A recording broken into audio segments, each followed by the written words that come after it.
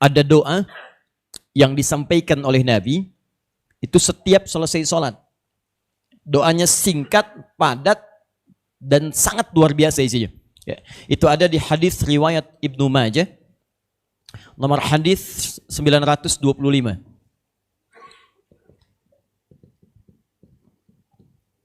Ya, Nabi sampaikan, Allahumma inna nas'aluka, kalau banyak, ilman nafi'a wa rizqan tayyiba wa amalan mutakhabbara. Kata Nabi, ya Allah, kami mohon, satu, anugerahkan pada kami ilmu yang bermanfaat, kemudian rizki yang terbaik, dan yang ketiga, dan mohon terima amalan kami.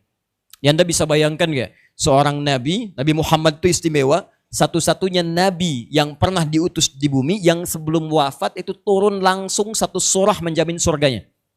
Ya, ada surah Al-Kautsar, Inna a'tainakal Kautsar. Muhammad, kami telah siapkan semua kenikmatan surga terindah untukmu. Bahkan di surat Ad-Duha disebutkan, wala saufa yu'tika rabbuka fatarda. Nanti kami akan berikan nikmat kepadamu sampai kamu merasa puas. Padahal kaidah nikmat itu kalau diberikan, gak ada orang puas.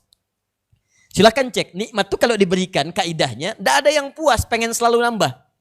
Anda kalau sudah mendapatkan sepeda, itu kan nikmat. Ya apa merasa cukup? Tidak, orang dapat sepeda, pengen motor. Sudah punya motor, pengen apa? Mobil. Sudah punya mobil, pengen? Tuh, pesawat, mau taruh di mana gitu kan? Jadi kaidah nikmat tuh kalau diberikan, selalu pengen nambah. Tapi nanti kata Allah, saya jamin kamu mendapatkan nikmat yang dengan itu kamu merasa puas. Sampai engkau katakan kepada Allah, puas ya Allah, cukup, cukup.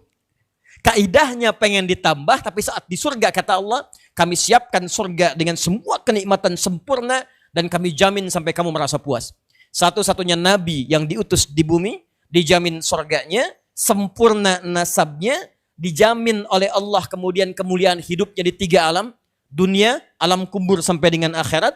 Kemudian dipuji oleh Allah langsung dalam Al-Quran, wa innaka la'ala khuluqin azim, dan yang paling indah masuk surga tanpa hisab, itu jaminan. Tapi masih bermohon kepada Allah setiap selesai sholat, ya Allah mohon terima amalan saya. Nabi Ibrahim alaihissalam, kakek moyangnya Nabi SAW yang ke-30. Generasi diurut, kalau dari Nabi sampai ke Nabi Ibrahim itu ada 30 generasi. Itu pun melakukan doa yang sama ketika selesai meninggikan bangunan Ka'bah. Cek Quran surah ke-2 Al-Baqarah ayat 129. Paling kiri sebelah atas di mushaf. Ya, Quran surah ke-2 ayat 129. Ya, doanya Nabi Ibrahim plus Nabi Ismail. Nabi Ibrahim keturunan yang ke-30 kakeknya Nabi. Nabi Ismail ke-29 dari Nabi SAW. Ya.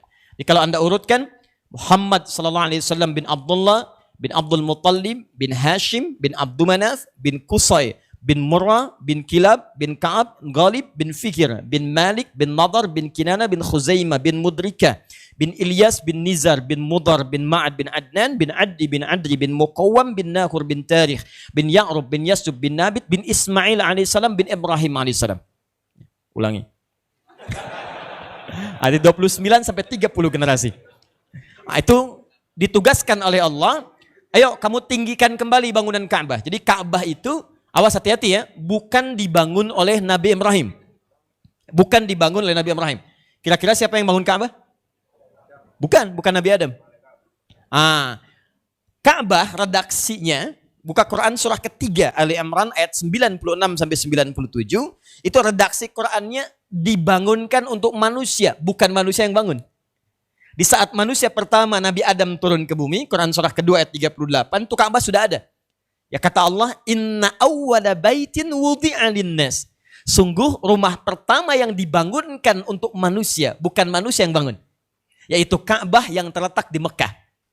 Jadi setelah Nabi Adam diutus, kemudian generasi Adam muncul Nabi Nuh. Di zaman Nabi Nuh terjadi banjir besar, tersapu bagian atas Ka'bahnya.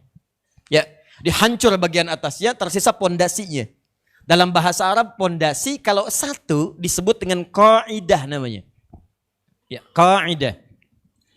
Kalau lebih daripada satu, misalnya 2, 3, 4, itu dijamakkan menjadi qawaid namanya. Qawaid. Ka'bah karena punya 4 sisi, maka minimal punya 4 sisi bagian pondasi. Maka pondasinya disebut dengan qawaid. Di zaman Nabi Nuh hancur bagian atasnya, zaman Nabi Ibrahim diperintahkan kembali oleh Allah kepada Nabi Ibrahim dan Nabi Ismail untuk meninggikan kembali pondasi itu. Maka diabadikan kisahnya di Quran surah kedua ayat 127. Ya, paling kiri sebelah atas. Wa idh yarfa'u Ibrahimul qawa'id minal bait.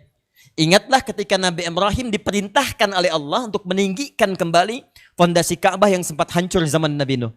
Dari zaman Nabi Ibrahim ke Nabi Nuh ada kisaran 6 sampai dengan 7 generasi. Ibrahim alaihissalam bin Azar atau bin Nahur bin Abir bin Kinan bin Arfakhshad bin Sam bin Nuh alaihissalam. Setiap generasi bisa berusia minimalnya 2000 tahun. Ya, dari Nabi Nuh ke Nabi Adam ada sekitar 6 generasi. Bin Mikhlail, bin Matushala, bin Kinan, bin Anwas, bin Fis, bin Adam alaihissalam. Ya, jadi di zaman Nabi Ibrahim diperintahkan tinggikan kembali pondasi Ka'bah. Setelah selesai, begitu beliau ingin mengerjakan tugasnya, dipijak kemudian. Pijakan pertamanya membawa batu disebut dengan maqam namanya. Tiba-tiba saat akan meninggikan pondasi ini, ya, ditinggikan kembali bangunannya, anaknya yang masih beranjak balik datang dari sisi yang ini. Membawa batu. Batu bahasa Arabnya hajar namanya. Kalau disusun-susun jadi sebagian tertentu, ruang tertentu disebut dengan hijar namanya. Ya, semacam batas benteng hijar. Kalau sudah menjadi ruangan utuh, ruangan seperti kamar, itu hujrah namanya. Jamaknya hujurat. Maka beliau masuk lewat sisi yang sini, mengatakan pada ayahnya kalau dalam bahasa kita, Pak boleh nggak saya bantu? Bayangkan, ada orang tua sedang bekerja, anaknya merasakan bebannya. Jadi kalau satu waktu masuk ke Idul Adha, saya pernah menulis satu buku, itu di situ saya ceritakan bagaimana seorang ayah mendidik anak, sehingga ketika ayahnya nanti tumbuh bekerja, anaknya tumbuh dewasa, merasakan beban pekerjaan anak ayahnya. Ya coba deh ibu ya, kalau pulang ke rumah, ibunya nyapu, anaknya lihat, anaknya mau bantuin nggak? Atau Anda misalnya, mohon maaf ya, coba lihat sedang nyuci mobil, kira-kira anak lihat bantuin nggak? Jangan-jangan bapak yang nyuci, anak yang pakai gitu.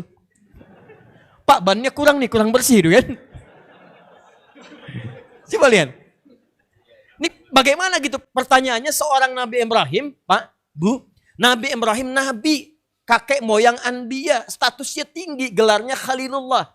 Ini bisa mendidik anak di luar batas kesibukannya. Itu kan sibuk luar biasa, Pak. Istrinya aja 2. Bayangkan, istri 2 dirawat, 1 di Palestina, 1 di Mekah. Tugas dakwah pekerjaan ada. Nabi Ismail kan tinggalnya di Mekah. Beliau domisilinya di Palestina. Itu dalam kesibukannya berdakwah kerja dan sebagai nabi dan sebagai seorang suami masih sempat menengok perkembangan anaknya di Mekah. Luar biasa, sesibuk luar biasa itu masih bisa menyempatkan tengok anaknya. Sehingga anaknya merasakan kasih sayang bapaknya. Begitu tumbuh dia punya rasa terhadap pekerjaan ayahandanya.